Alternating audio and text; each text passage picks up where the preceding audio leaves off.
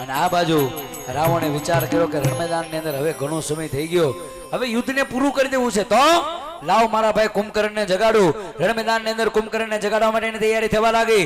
કુંભકર્ણને જગાડવા માટે ઢોલ નગારા દુદુંબી લઈ કેટલા માણસો કુંભકર્ણને જગાડવા માટે જાય.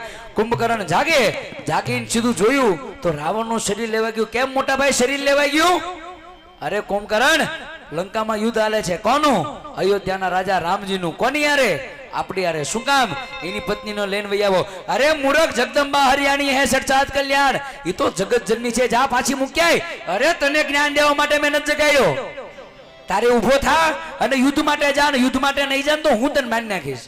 કુંભકર્ણ નક્કી કર્યું મરવાનું તો આમે છે ને આમે, આના હાથે મરવા કરતા લાવ મારા રામજીના હાથે મૃત્યુ પામું, આવો ભાવ કરી અને કુંભકર્ણ સવારમાં જાગૃત થઈ અને કુંભકર્ણ એ વખતે તૈયાર થાય. પણ કુંભકર્ણનું વર્ણન કરતા લખ્યું છે કે આખી લંકા નગરી 6 મહિના જેટલું ભોજન કરે ને એટલું કુંભકર્ણ એક દિવસમાં ભોજન કરી લે છે. અને એ કુંભકર્ણે જમવાનું શરૂ કર્યું. મૈષ ખાય કરી મદિરા પાના, ગરજા ગત જઈ ઘાત સમાના. ન ખાવાની વસ્તુ પીધી, ખૂબ મદિરા પાન કરાયું. અને કુંભકર્ણ એક હાથમાં ખડગ લઈ, એક હાથમાં તલવાર લઈ કુંભકર્ણ મેદાનની અંદર પ્રવેશ કરે. મહિષ ખાય કરી મદિરા પાના, ગરજા ગત જય ઘાત.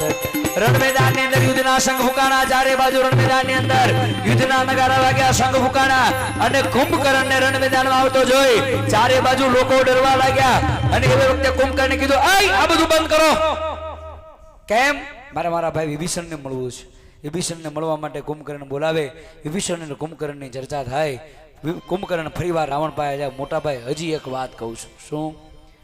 હજી કહું છું, ભલે મારું મૃત્યુ થઈ જાય પણ તમે સીતાજીને રામને સોંપી દો ને. કેમ?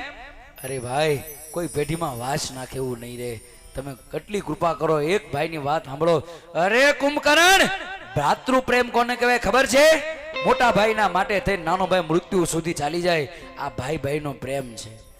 અને કુંભકર્ણ આ તૈયાર થાય. પણ કુંભકર્ણનું વર્ણન કરતા લખે કે એ કુંભકર્ણ એ જ્યારે રણ મેદાનમાં આવતો હોય એવું મોટું પડછંદ એનું શરીર કે આખી રામજીની સેના કુંભકર્ણને ભાળીને દોડવા લાગી. અને કુંભકર્ણ એક હાથમાં ખડગ લઈ, એક હાથમાં તલવાર લઈ અને કુંભકર્ણ રણ મેદાનમાં આવે. ઢોલ નગારા દુદુંબી વાગ્યા, રણની અંદર રણસિંગા ફૂંકાણા. ચારે બાજુ રણ મેદાનની અંદર મારો થવા લાગ્યું. અને એવે વખતે કુંભકર્ણ રણ મેદાનમાં આવી અને કુંભકર્ણે એ રણ મેદાનની અંદર યુદ્ધના શંખ ફૂંકાણા, યુદ્ધના નગારા વાગ્યા. ચારે બાજુ ઢોલ નગારા દુદુંબી વાગ્યા. અને રણ મેદાનની અંદર કુંભકર્ણ આવે. પણ કઈ રીતે? કુંભકર્ણ દેખી બલવાના, ગરજા ગત જય ઘાત સમાના. અને કુંભકર્ણ રણ મેદાનની અંદર પોતાની શક્તિ જાગૃત કરે. પણ કઈ રીતે? બોલહી જો જય જય મુંડ રૂંડ પ્રચંડ શિર બિનુ ધાવઈ, ખબર ખગ ગલોજ જૂજઈ સુભટ બટન ભાવ. બાનર નિશાચર નિકર મર્દઈ, રામ બલદર ભીતભઈ, સંગ્રામ યંગન સુભટ સેવઈ, રામ સરની કરણ હે. રણ મેદાનની અંદર એક બાજુ કુંભકર્ણ, એક બાજુ ભગવાન રાઘવેન્દ્ર સરકાર સામ સામા અસ્ત્ર શસ્ત્ર છૂટવા લાગ્યા. ચારે બાજુ મારો થવા લાગ્યું. અને રણ મેદાનની અંદર એ કુંભકર્ણ અને ભગવાન રામજીના યુદ્ધની શરૂઆત થાય.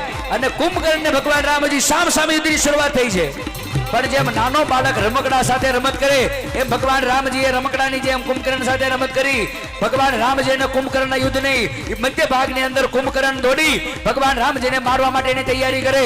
અને આ બાજુ ભગવાન રાઘવેન્દ્ર સરકાર કુંભકર્ણને મારવા માટે થઈ અને પોતાનો અસ્ત્ર શસ્ત્ર તૈયાર કરી અને અસ્ત્ર શસ્ત્ર સરંજામ કરીને કુંભકર્ણ મેદાનની અંદર ઊભો.